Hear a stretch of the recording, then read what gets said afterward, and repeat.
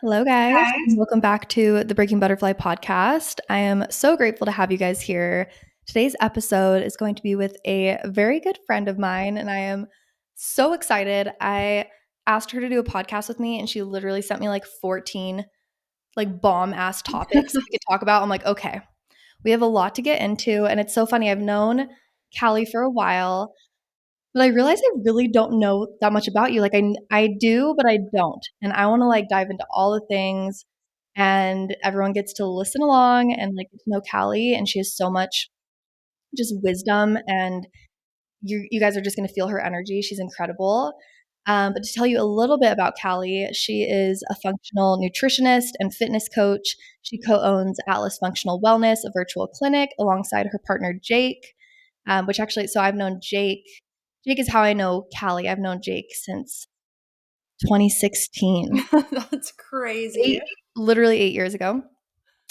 But yeah, Callie, after struggling with disordered eating, cystic acne, bloating, chronic fatigue, and hormone imbalances, she began her journey in the functional health industry. And now she helps women all over the world to overcome chronic health issues, achieve weight loss goals, and develop a healthier relationship with food. And yeah, you guys just do some awesome work. You blow me away. Every single time you even post something, I'm like just the biggest cheerleader. I think you and Jake are incredible. And I can't wait to like, yeah, just like pick your brain and learn all the things. But I will shut up and let you say hello to my audience. Hello. I just want to say, like, to start, that's so funny that you say, are you into like life path numbers at all? Have you ever Oh, looked into that? a little bit, not really. I know I'm a 7. You're 7. So I recently went and like you know when you like hear something new and you get obsessed with it for like 24 hours and you like become an expert in it and then you just never really think about it again. Yep. Well, I got really into life path numbers like 2 weeks ago, and they said I was like a 4. And I remember one of the things it says was is like when you're a 4, all of your friends will like feel like they know you, like they'll like know your energy. But when it comes down to it, you don't like offer up a lot, like you don't share a lot, and they'll realize they're like, I don't actually know like anything about you. And that's the same thing with Jake. He's also a 4, and we've talked about it. We're like, we don't really like share a lot for some reason. We And just it's so funny because yeah, like you said, I do feel like I know you. Like I trust you with my life. Like I feel like you're such a good friend of mine. But then I was like, okay, what are some topics we can dive into? And on your list was you're like, oh, I can talk about my near death experience and all the spiritual gifts it gave me. And I was like, I know nothing. Like, what is this near death experience? So yeah, do you want to give everyone maybe like a little cliff notes? I mean, obviously people know what you do and what you're an expert in, but maybe a little cliff notes story of like your upbringing and how you even got here. Um, and I want to hear about your near death experience. yes, I will. Okay, so really when I'm thinking about like my whole health journey, it started from literally the womb because I was born with like all these different congenital heart defects. I had like a weird aorta, just all sorts of weird stuff going on. And because of that, I was always like a very sickly child, right? I always had something going on. I was going through like multiple open heart surgeries. And then I ended up being in heart failure from like, I think it was age 12 till age 19.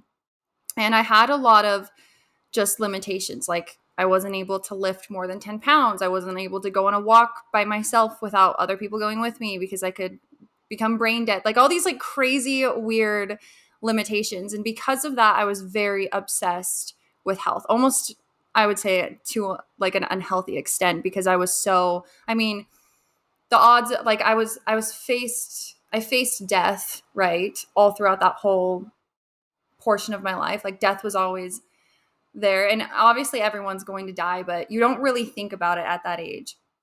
And it was always just an option. Like it was always like, I might make it, I might not. I might make it into my 20s, I might not. We'll just kind of see what happens. That's And so that's crazy. See, kind of I what like like, did not know this. yeah. And I have like that huge scar on my chest, and that's really, yeah, that's where it comes from. But when I was 19, I went into, that's when like I was in stage 4 heart failure, and then they had to go in and do, the big open heart surgery. And I had just a very I don't even know. I call it a near death experience, but I didn't I didn't die. Like my heart was out of my chest and I was like hooked up to machines, right? But I was like Mhm. I was never brain dead, so I don't know, it's like a weird I wasn't really dead. Yeah. But I remember waking up after that and I felt this weird feeling of like homesickness that I have never felt before. And like even now it still makes me like emotional talking about it because it was such a like in my body. Have you ever been homesick like when you were away from your family or away from your mom or something and you're like I just miss home. I want to be by my mom. I feel like moms are Mhm. so special. But I felt that, but it was so much more intense and deep than I've ever felt before in my entire life. And then after that, I was able to I started noticing that like I would pick up on people's emotions pretty quickly. But it was really confusing. I thought I was going through like these weird like mental health things and, you come to find out like eventually I just like developed like these strong empath abilities. And I was working with these kids with autism, kids on the spectrum at the time. And they used to call me like the autism whisperer, which is really funny. But it's because I would be sitting there and I'd be like sitting next to like one of my favorite clients. And all of a sudden I'd be like, oh, he's thirsty. And I would just like go get them water. And they're nonverbal, by the way, they can't talk. Or Yeah. like this, they would get upset and people would be like, I don't know what he's upset about. And I'd be like, oh, like he's hungry. Or I'd be like, oh, he's tired. Or like, oh, he misses his mom. Like I would know and I would be able to fix it in like 10 seconds. And so like I obviously like escalated in that career very quickly because I would just like go in a room and be like, oh yeah, this kid needs this. And I didn't realize like how powerful that was. Because when you're working with kids, and I don't know, have you ever worked with kids or anything like that? No, not really. When My you're sister working was like 11 years 11 years younger young, than me, so I like kind of raised her, but not not really. really. That's your like youngest sister, right? Yeah. Yeah. And when you're working with kids, the energy is very, especially kids on the spectrum, it's very pure and it's like, it's unclouded, right? There's no manipulation. There's not a lot of like noise to their energy. It's just very clean and very clear. And so I didn't fully realize how much this affected me until I got out of that work and I actually started working with people with like weight loss and health and things like that. And I started noticing like after I would get on a call with somebody who would be talking about like they were eating which we don't need to get into this, but like oxalates and like their ankle started hurting and my ankle would start hurting.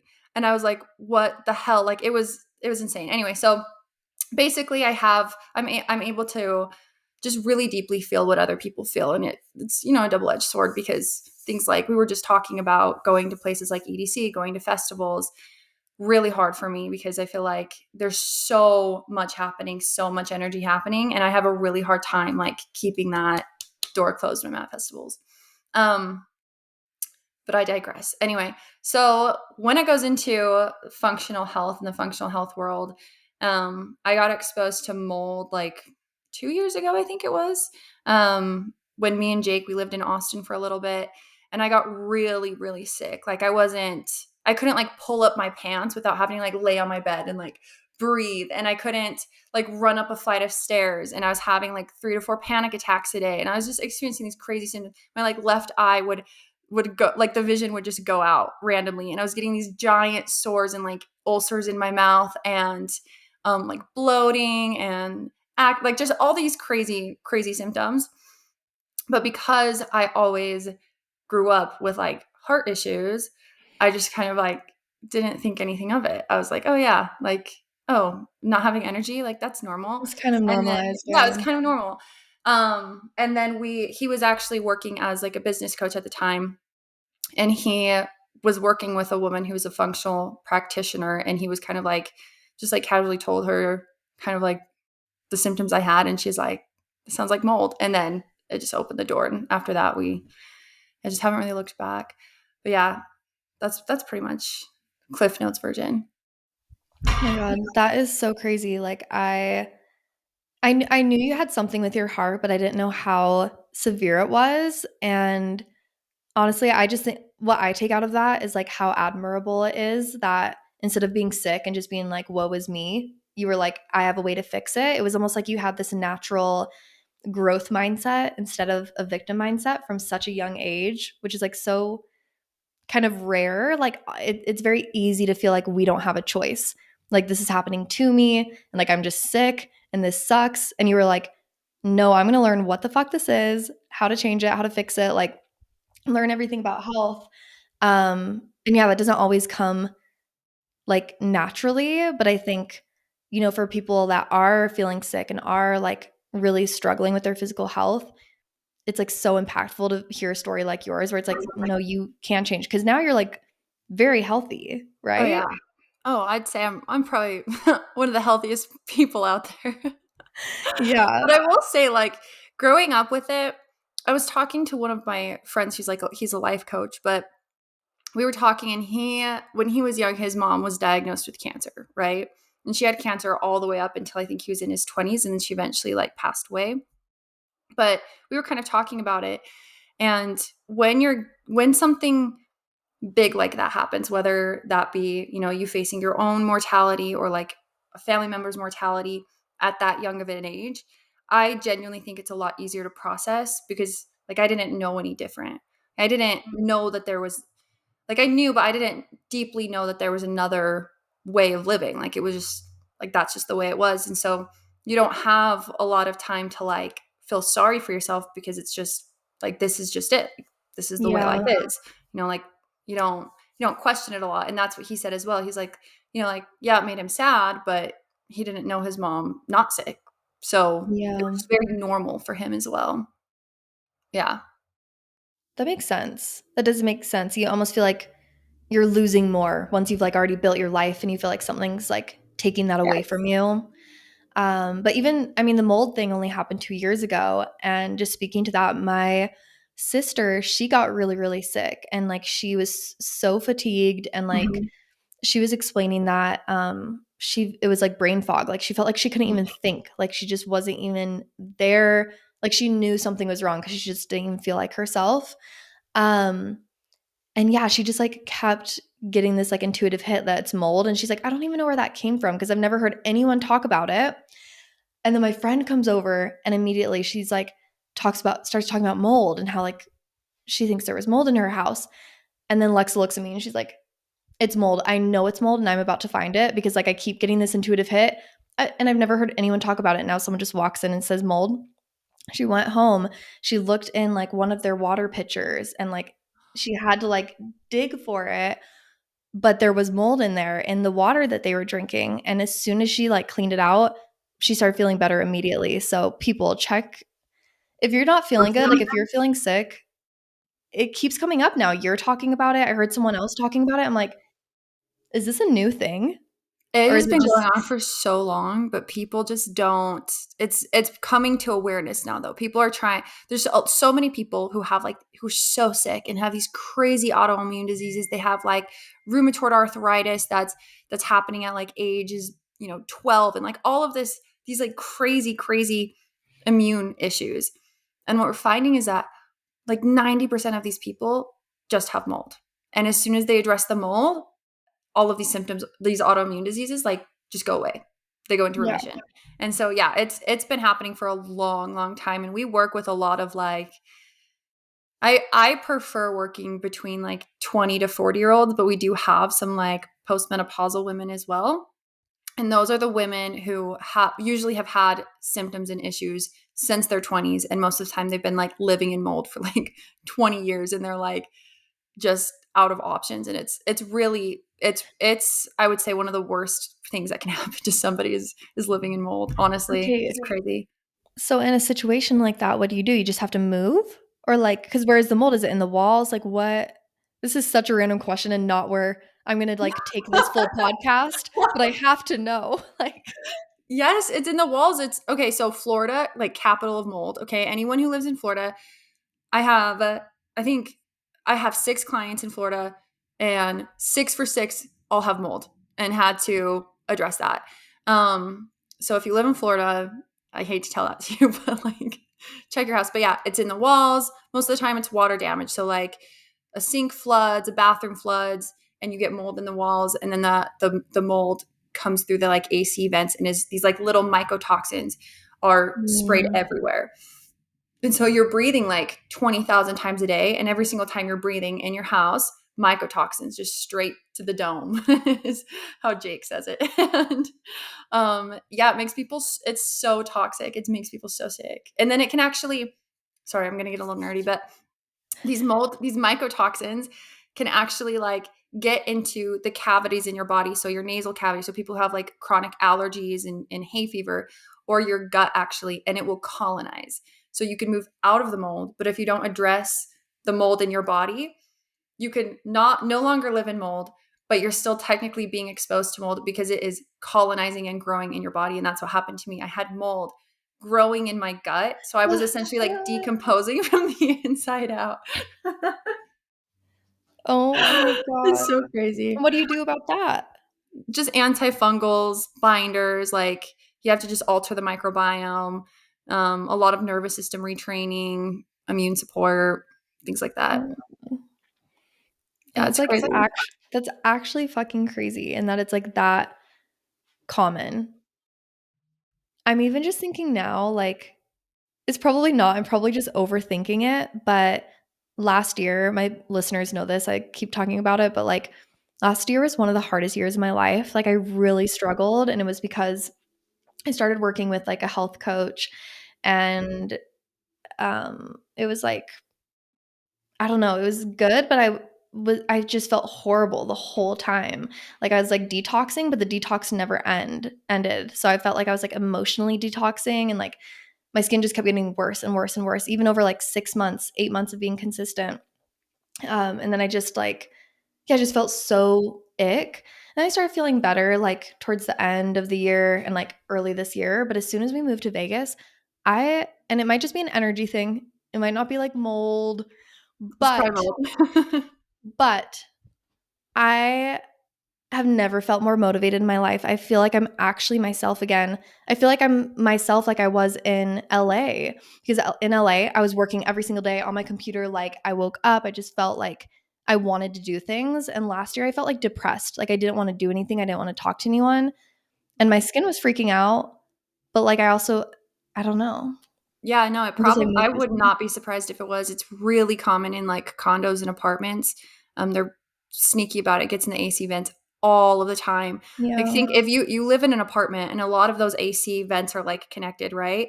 Water damage happens in one of those units and gets in the AC, and then now all of the units and people in there are exposed. And especially you telling me like a detox reaction really ideally shouldn't last longer than like 30 days. And that's if you haven't done good prep work, right? Like it should Yeah. not. And even then, like I don't tolerate detox reactions in my clients because I just don't think it's worth it, right? Like so the Yeah. program lasts an extra 2 months because we have to go a little bit slower. Like it's not worth feeling that sick. If your detox reaction is lasting 6 months, you're probably actively being exposed to something. Actively, it's like trying to mop up water when the faucet is still on. Like you're actively being exposed to something and you're trying to pull it out. Like, yeah, it's just making you feel like shit. Yeah. I would not Yeah. be surprised if that's what you were I dealing just with. felt so bad. And now I feel like I'm living in this fear of like, being afraid I'm gonna hit one of those like lows again, because it just like hit me out of nowhere. Not really out of nowhere, obviously. I was like dealing with some stuff, but just like normal life things, like my Mhm. breakup and then moving, traveling. And I kept like blaming it on that of like, oh, I think I was just like healing from the breakup and stuff. But I was down bad for a year. Like Yeah. like mentally, emotionally, like I was not myself at all. I don't know. We don't need to get into it, but I'm just now thinking, I'm like, I moved to a new house and like everything's amazing. Yeah. It's Hmm. sneaky too because I think one of the areas I've seen it affect people the most, especially like early onset, is going to be like energy, fatigue, and then anxiety, depression. No, that does not mean that like energy, fatigue, and anxiety, depression are all caused by mold, right? There's so many different facets, but Yeah. if it starts when you move in a house and then it ends when you move out of a house and you're on these detox supplements and it's making you feel worse, like kind of it adds up to me. But I also am so quick to blame mold because I'm traumatized. Yeah, but So I like trust you. I just think I don't know. I just think you and Jake really know your shit. And it's so funny. Okay, I want to like transition the conversation a little Okay. bit because you guys, like, Callie and Jake, I mean everything that I'm about to say in the most loving way possible. Like, you guys are nerds. Like, you guys are so smart and just like, you're just so fucking smart. And like, not even just with what you know, but even the business side of things and everything. Like, it just blows my mind. I'm so inspired. But then also you look at Callie and Jake and they look like models. And then you hang out with Callie and Jake and they're like the biggest goofballs ever. Like they're hilarious. And I'm like, you're like, where Like, what are we? what yeah, like where is the negative? Like what are you hiding from me? Because right now I'm just kidding, but like you guys are just so um I don't know, just so unique because you are like so smart. And not that no one is like smart, funny, and beautiful. Like we're all varying degrees of that. What I'm trying to say is that like you're not what people would expect. You know, like if I went up to you and had a conversation with you, like I wouldn't expect some of the things that like come from you Come out guys. of my mouth. And then yes, and then the fact that you and Jake are like the same person Person. almost and so similar. I've really so I want to talk to Callie about health stuff and we can get into like more of that. I've even talked to Callie about like coming on for a second time or something because we have so much to dive into. But I really want to talk to Callie about her relationship because again, it's just like so unique. And one day you were just there. I don't know the story. I don't know, how you met, how you guys manifested each other. And I also have some like other questions too. Um, yeah. Oh, I met you exactly 1 year ago, That actually. is today? In a No, couple because it was days. EDC. Yeah, EDC is this Wait, weekend. okay, let's get into that. Let me hurry and tell the whole world the first time I met you because this is something I've told you this story like so many times, but I feel like this is like Maddie in a nutshell.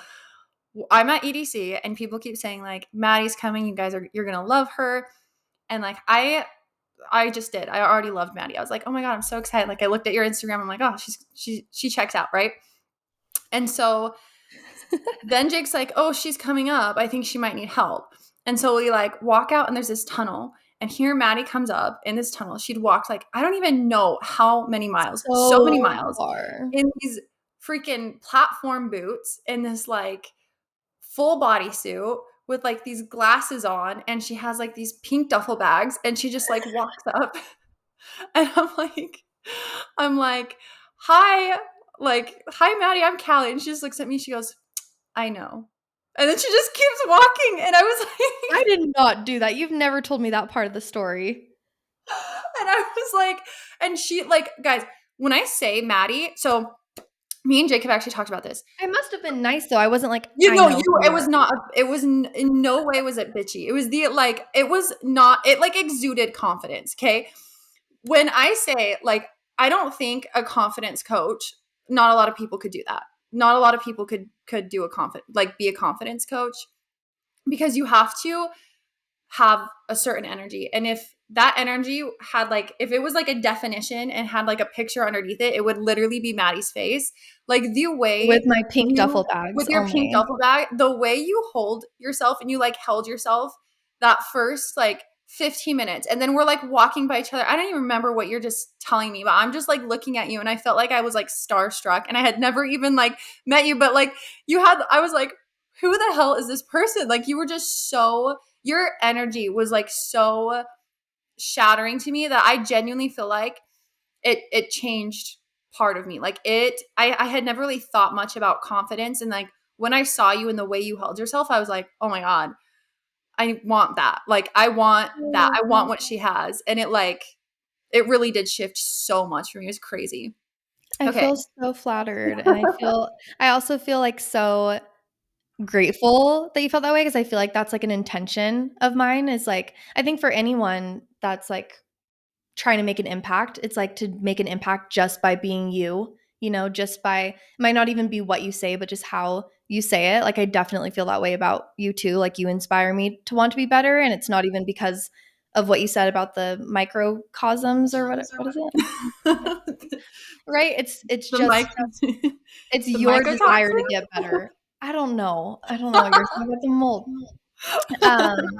But I don't know. I think that's like such a fun thing that not only we do, but so many other people do. It's like you get impacted just by like Just being in your energy, like just being in somebody's yeah. energy and like seeing it and being like, wow, I didn't even know that was an option. Like I didn't know I could, like, wow. And there's like confidence, and then there's people who are like false confident kind of, and they kind of hold themselves, they see themselves as better than, and Yeah. you are so far from that. Like the way you're confident, it just by being around you like brings other people up. Like when people, I feel like, walk by you, like they hold themselves higher because you hold yourself so high, but you don't push other people down. And I think there's this like false misconception about confident women, that if a woman is confident, like I feel like women will intentionally try not to feel confident because they don't want other people to feel bad about themselves. Does that make sense? Yeah, 100%. They don't wanna, And like, you like take too much space. exactly, and you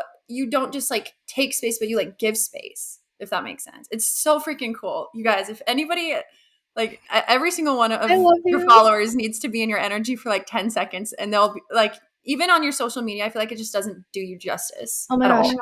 Callie, I'm not even kidding. I just talked about this on my last episode very briefly, but I had a reading with this, like, psychic intuitive channel man that, like, Mhm. channels your spirit guides, and because I was telling him about my struggles with social media and how it's just, like, not feeling good at all, and I don't Mhm. know if it's, like, am I holding myself back or does it really not feel good? And he was like, "No, like, you have to be in person." He's like, "You can keep doing social media, but your power is in person, and you need to put all of your energy there."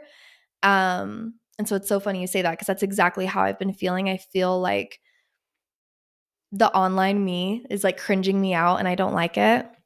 That's why I, like, went off Instagram. I was like, "I just wanna do the podcast because I do feel like besides That's being in so much more person, personal. yeah, this is, like, the closest I can get to, like, just being more authentic and the long form content and everything. Because yeah, I like post like a cute little reel and I'm like, this isn't me. Like this feels so I don't know, it just feels so cringy to me. Reels are hard though. Reels are hard. Yeah. No, All but of I've never it. been cringed by your social media ever. I've always loved yours. Yours is always like the first story that pops up on mine, and I'm like, oh, Maddie Oh posted. my god, me too. Me too. And that's what I'm saying. Like, it doesn't matter what you're talking about or if I even understand the words that you're saying. I just want to like, yeah, I just want to hear you talk. I'm the same way. We're just obsessed with each other. Oh my god. We're just in love. That's what this episode is It's about. just about our friendship. Yeah. Okay, Thanks for listening. going to Jake and I though. Yeah, I can't even remember what your question was because I just went off. But Start from the beginning. Like, how did you guys even meet? so, okay, we are, just like you said, literally the exact same person. And I will say, as a warning, like we will sometimes try to give like relationship advice when people ask, because I think people see like how healthy our relationship is. But and I think like it could be good advice, but I don't know how good of advice it is, because we are so similar that like it just, like, even the way we like do things and work things, you just thumbs down to me Did in I? your little bubble. Yeah, she's like, eh. I don't But know how like to turn the those way we off. like process things is similar. But essentially, like we met like 6 or 7 months before he was supposed to move to Austin. And I, like, we liked each other, but like we're both very logical. And so neither of us are like trying to jump in. We're not like love at first sight, like whatever. But like there was obvious, like definite attraction, definitely got along. Like, the vibes were great. Like Mhm. 2 months later, we were kind of talking, and I was like, I don't know like what this is. Like, are we like talking? Like, are there rules? Are we supposed to be seeing other people? Like, what's kind of going on? He's like, because he had told me before that he was moving to Austin, but he had only mentioned it once, and I think I forgot. And he was like, I'm moving in a few months. I'm not really looking for anything serious, but I really enjoy spending time with you. It's okay if like you don't want to keep hanging out with me, but I enjoy this time we spend together. I was like, cool. Yeah, I don't care. Like, yeah, let's keep hanging out. And that was probably that situation the only reason why me and Jake ended up together, because we both were not, neither of us are, I would say, like chasers, if that makes sense. Neither of us are like the person to necessarily, make the first move or take that first like big step. And so we're both also very, I wouldn't say afraid of a commitment, but we're not we weren't at the time very into commitment, right? Like we weren't Well, trying to commit to each other. it sounds like you're just not very attached. You're both very Yes. like in trust and just very Yes. like, Thank you.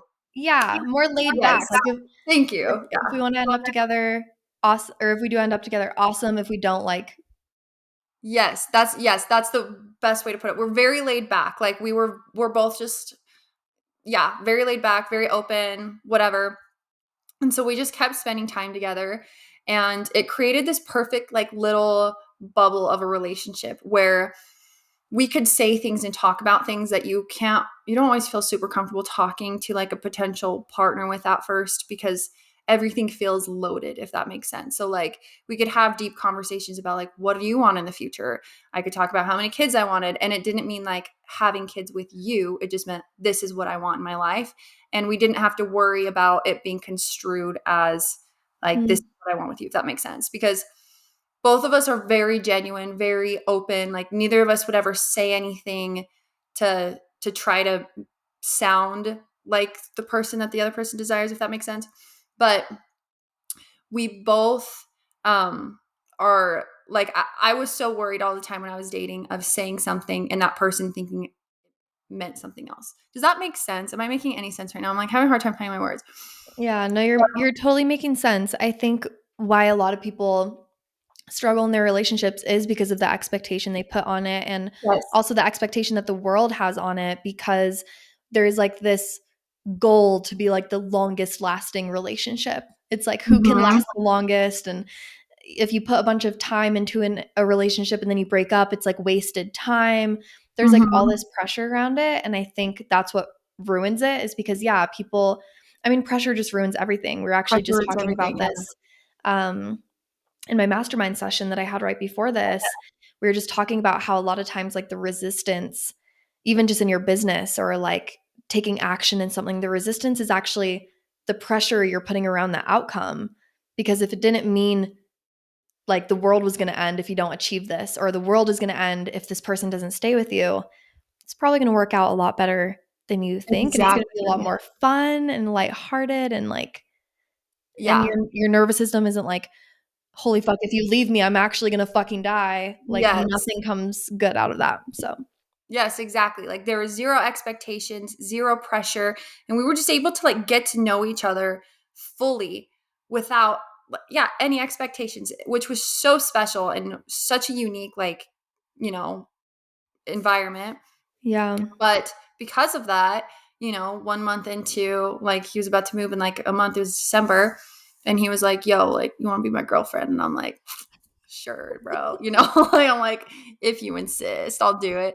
And then after that, we were basically inseparable. But I really think that the mindset that we have in our relationship, because even though we got to know each other without expectations, we had to do a lot of growth, because we did love each other a lot and we did like each other a lot. Like we would tell each other like how precious we were to each other before we were official and all this stuff. Like the love we had to each other was very deep and very true. But we also had to be mentally open and okay with, like, I had to be 100% okay with knowing like I am not going to be that person for him. And he's going to be with other people. Like he could be with somebody right now. And that helped us, I would say, so much in our relationship, because going into it, once we were official and exclusive, we didn't like, I didn't have to deal with those same insecurities anymore. I was able to be so open, and I wasn't so insecure, because I swear it's kind of like a muscle. Anything insecurity wise or jealousy wise, or even if you're talking about confidence, right? It's everything's a muscle. And through that little process of us being open, I was able to like strengthen my own muscle of how much can I tolerate, and how open can I be with this person. And so from there, as soon as we made it official, like, we're just like you said, very nerdy, very weird, huge goofballs. But Jake and I immediately were like, okay, what are all the relationship books that we can listen to? He's like taking notes on relationship books, like sending me things. Like, we literally sit down and we have like a list of expectations. And we're like, okay, these are all the things I want in a partner. Like, are these things that you can do? And he's like, yes. And like vice versa. And now I think that the biggest thing that keeps us in a state of like very unconditional love and keeps us growing together is that we hold those expectations like very high in our relationship. At no point in time will I ever think that Jake and I are going to be together forever because we are just soulmates. Like, that to me, I think is one of the, like, I don't like that mentality for myself, because as soon as I believe that, or as soon as I allowed myself to believe that, I feel like I would expect Jake to just be with me forever just because, right? But these, like, this list of expectations that we have for each other, like, if he stopped, my expectations are super chill. It's like, I want you to be sweet. I want you to take care of yourself. I want you to be like, I want a partner who's motivated.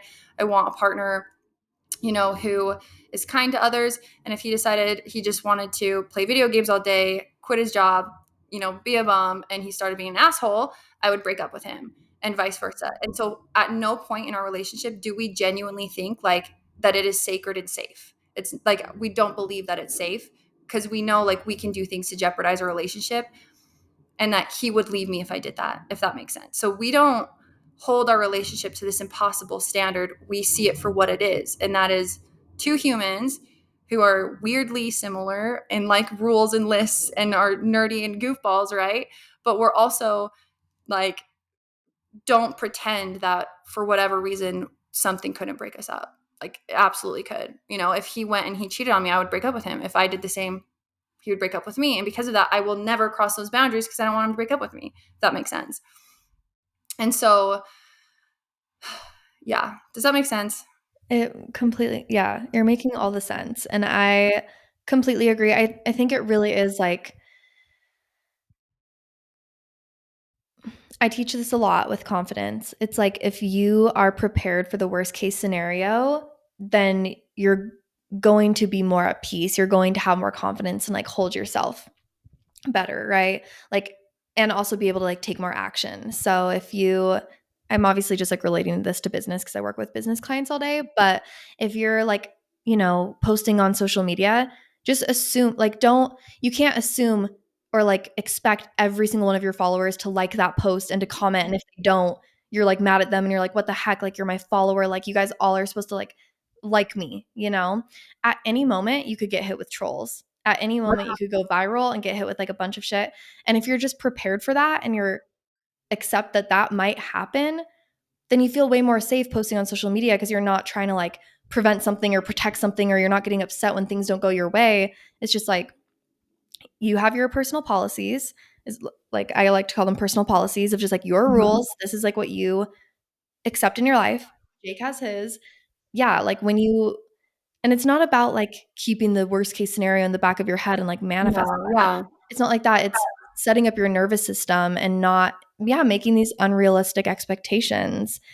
It, yeah, it's not healthy for anyone. And I think a lot of young women, they take things very personally Mm-hmm. in their relationships. And that's where it gets bad. Like, they don't hold those standards for like what they want from someone. Mm-hmm.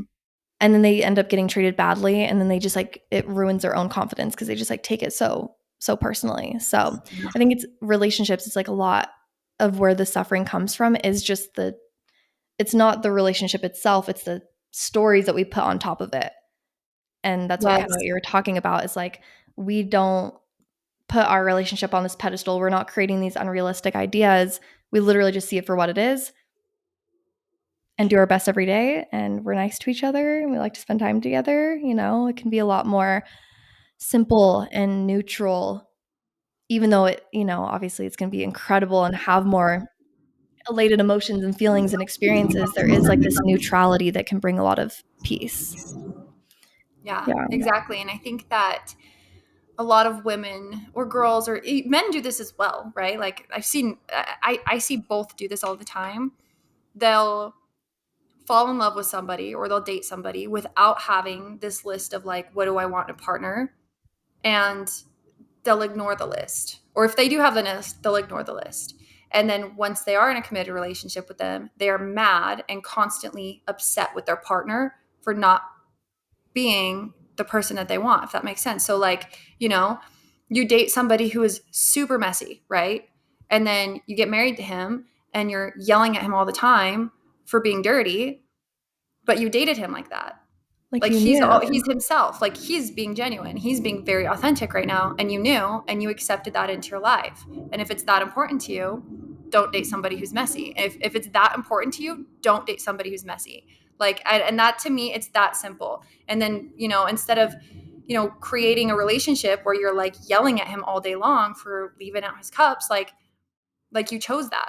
That's how I see it in my mind. And so, you know, Jake and I also don't have this expectation that we're in any way going to be perfect, right? Like people are gross. People are weird. Humans are freaking weird. Like we're weird, right?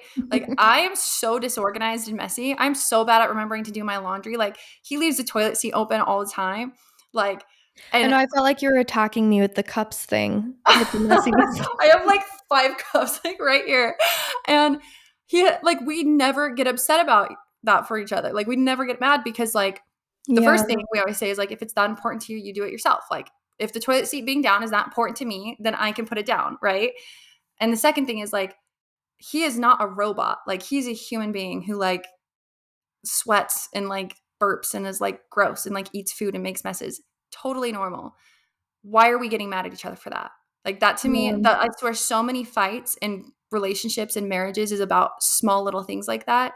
And I'm like, why are we getting upset with each other for being human? Like, why is that happening? Were you always like this? Or I guess, have you been in any other relationships and were they similar to this one? Or was there ever a time where you were like maybe a little toxic or had Oh, I these was triggers? toxic. Yeah, I was super toxic. Yeah, so I was I was engaged actually Oh, wow. to we were so young, right? And he was a really, really sweet person, but he was going through like a lot of mental health things at the time. And I think he was going through like kind of like a spiritual awakening at the time. And I was behind him, right? And I had this like white picket fence idea of like, you date, you get married, you have kids. Like this was just like I had expectations, right? And it was just not, it was not necessarily, I would say we both had equal faults in ending things, right? He was never like, he never physically was unfaithful to me, but he was emotionally in a relationship with a woman at work who ended up like dating, I think 2 weeks after we broke up. And I kept telling him like, I think your guys' relationship is inappropriate. I think it's inappropriate. And so it caused like this huge, like, I mean, daily fights, right? We were fighting about this girl Yeah. literally daily. And but because we were engaged, like I was holding on so tight, like so tight, like we're committed. Like I was so like I was freaking not letting go, right? And of course he was like being pushed away because of that. And like looking at it objectively, like we were not a good match from the beginning. Like we were not a good match at all. I think we just ended up engaged because like his family was Mormon and we were dating and like we were sexually Mm, active. And so like it just kind of like one thing led to another. We had only been dating for like 9 months. Like it just happened. I'm sorry. Can you hear those jets? Or is that a little bit, but it's okay. sorry? Okay. Um, and so how like looking back, of course, like his relationship with that woman was 100% inappropriate. Like that was not in a relationship that you should have with another woman when you have a partner, right? But simultaneously, just like when I was talking about, like if you date a guy who's messy and then you marry him, like you don't get mad about him doing that stuff. I had my expectations and my boundaries, and he crossed them all of the time. And I didn't have the respect for myself to just walk away. Like I held on too tight. I didn't just walk away.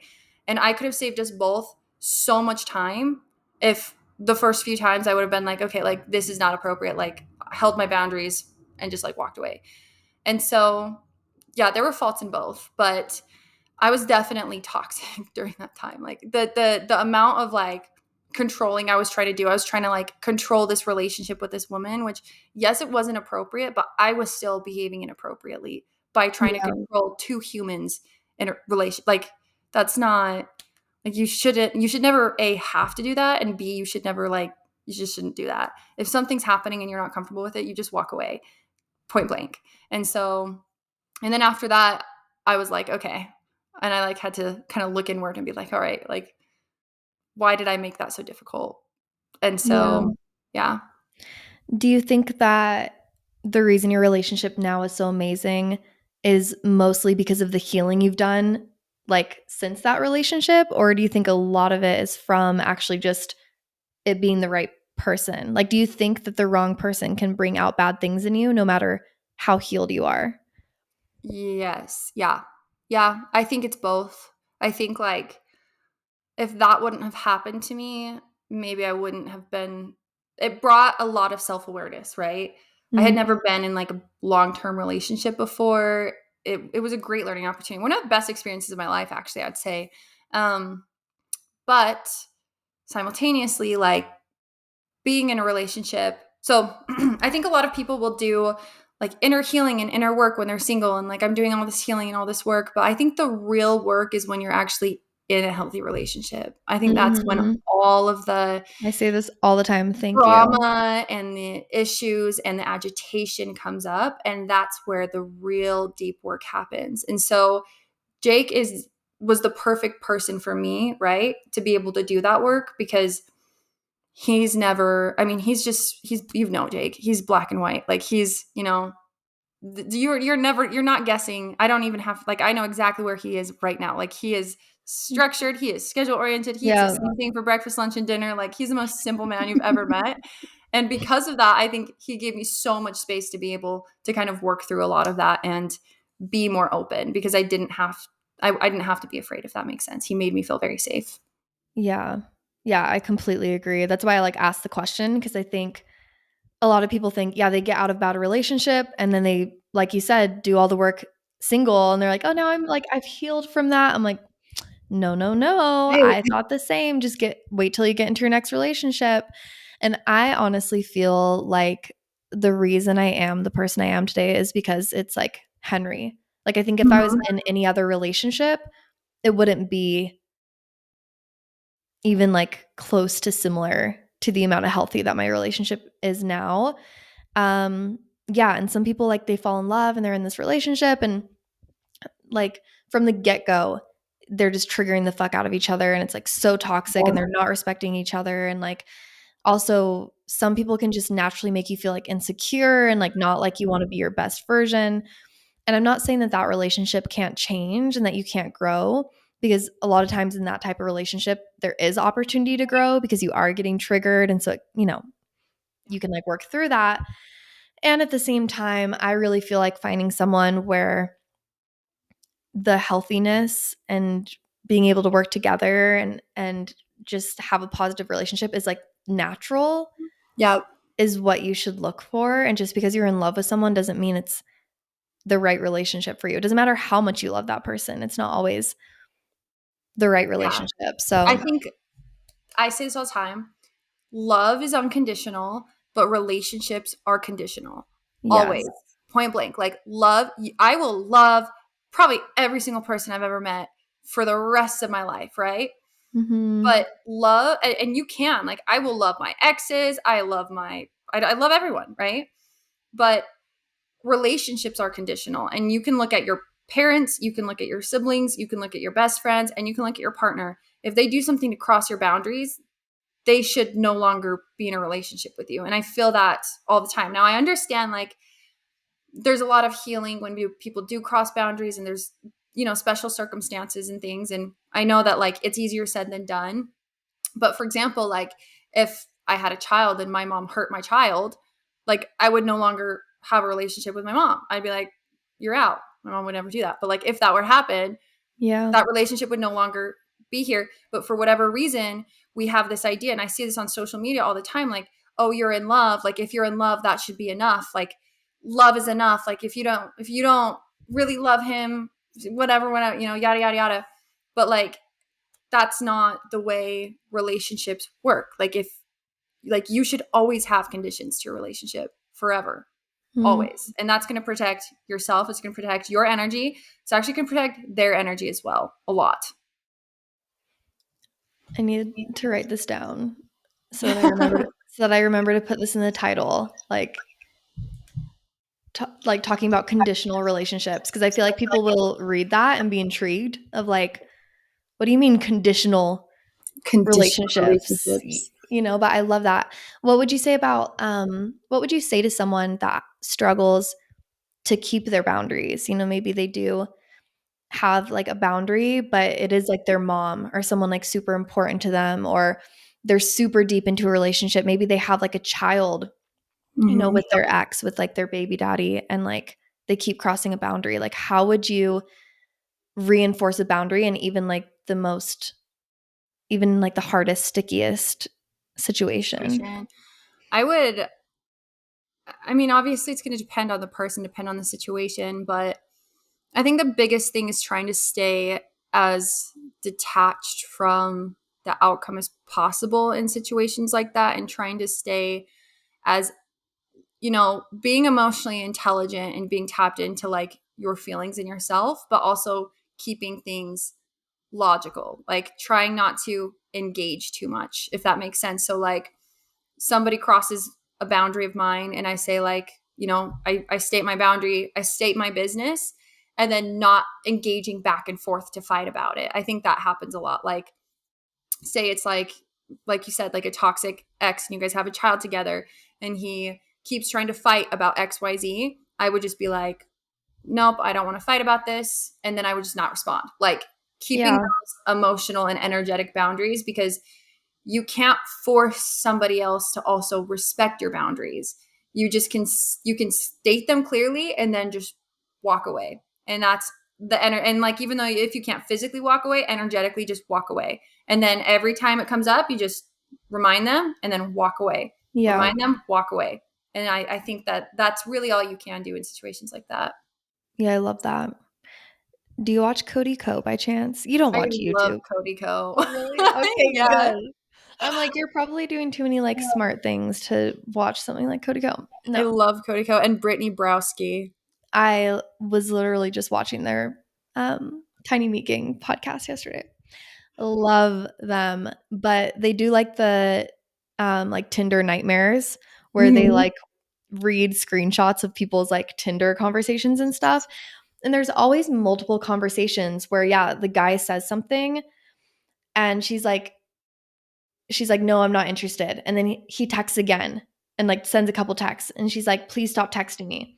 Sends a couple more texts. Seriously, leave me alone. Sends more texts. And she keeps texting back and being like, I told you to stop. Like, respect my boundary. You're not setting a boundary for yourself. You're egging him on. If you Mhm. were really setting a boundary, you would just like block and leave. Like if Yeah. you really wanted whoever to stop texting you, you would just block them. Yep. You And would just not respond. you would just not respond. And I just always laugh when I like see those conversations because I'm like, if you're really that bothered by this person messaging you, just unmatch them or like whatever Yeah, walk away. platform. Like, why are we fighting? If you're engaging, I feel like you have to ask yourself, like, what is this doing for me? Oh Like, my what gosh. what kind of thing is this doing for me? Have you watched Baby Reindeer? Yes. You did? That is such a good example of him engaging. Yes. Is like the perfect example. I just watched it. My It's mom so was in town for Mother's Day and she's like, you have to watch Baby Reindeer. We sat on the couch, watched it all the way through. No pauses, no breaks, like no pause for like 30 seconds to go to the bathroom and come back. We watched it all the way through. And it was fucking crazy. It was a but little intense. very Um, intense, a little upsetting. yeah. What was even crazier is that like it was him. Like the actor is the one that like experienced all of that. And for me, I just feel like I'm all about authenticity and like sharing everything. Like I'm an oversharer, but to make a docu-series about that just feels like so vulnerable and so like everyone knows that you like I don't It's know. It I blew my know. mind. I thought the same. It was very I mean, it was a lot. Like, what he went through was, like, a lot, but not just what he went through, like, what he allowed to happen to him and, like, really wanted to happen to him. Like, he kept just Yeah. like what you were saying, like, he kept engaging over and over and allowing her to come back in. She was this yeah, it was weird. Weird show, Yeah. but But it's good now. I think that does it was really good. Like I said, I watched it all the way through. I was like, "Oh my god." I just think that happens more than we think that it does. Like even in relationships when you keep like if not talking to a creeper, like if you're in an actual relationship, often like if me and Henry are fighting, now we know to just walk away. Like we just give it space. We know that we will not get anywhere if either of us are like have elevated emotions or are heated at all. But back in the day, right, it's like you say you don't want to fight. I'm like, I don't want to fight. Let's stop fighting. And then we'll just like both be quiet. And I'm like, and you know what? And I start going off again. And I I'm just like, think it's funny how I just think it's funny how it's like, do you really want to stop fighting? No, No. you want to fight. A lot of times we do have like a unconscious like motive that like something inside of us needs. Some, like, unhealed, usually issue, like, with parent or something like that, like, Yeah. it's always serving you. If you keep engaging, it's totally serving you, and, like, even talking about, like, my ex, like, why why was it so hard for me to just be like, "Hey, you're obviously with this other lady, like, let's just end things." I couldn't say that. Like, I kept fighting Mm, and, like, holding on and, like, doing this whole thing. And I like looking back, I'm like, I could have saved like we weren't gonna end up together anyway. Like yeah. like what who benefited in that situation? Literally nobody. Hmm. And so yeah, walking away. Just walk away. Walk away. I feel like there's someone listening right now. Oh, wait. Is my mic even on? Oh, it is. It is. I think my sound waves are just like really small. I thought it wasn't like registering. But I was saying I feel like there's someone listening right now that's like in a situation and like they don't want to hear it, but us saying just walk away is like hitting them right now. Um, It's hitting them hard. and Just do it. I hope that you do and know that it gets so much better. Like I wish that you guys could actually, just like Callie was saying, like she wants people to spend time in person with me. I wish everyone could spend time in person with you and Jake. You guys are just so cute and fun and amazing. And yeah, there's just like an incredible relationship on the other side. And I think that is what's so inspiring about like spending time with people that do have it. Like you were saying, like you see that it's possible. You see that you could even like have that. Um, and you really can. You just have to Yeah, walk away.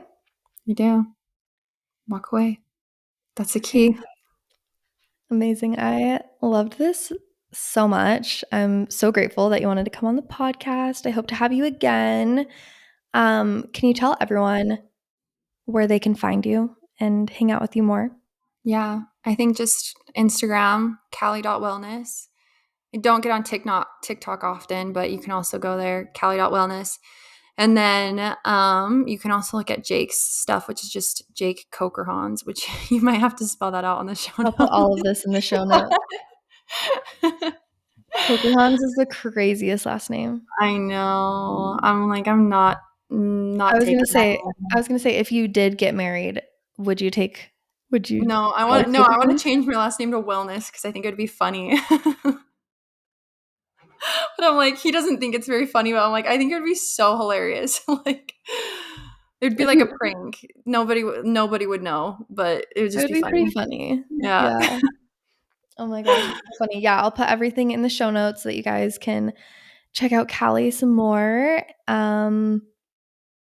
Yeah, any last words, any last messages coming through that you want to share with the audience? I don't think so. Okay. That's it. Amazing. Well, thank you guys for listening. Thank you guys for hanging out. And yeah, love you all. We'll catch you in the next episode. Bye. Bye.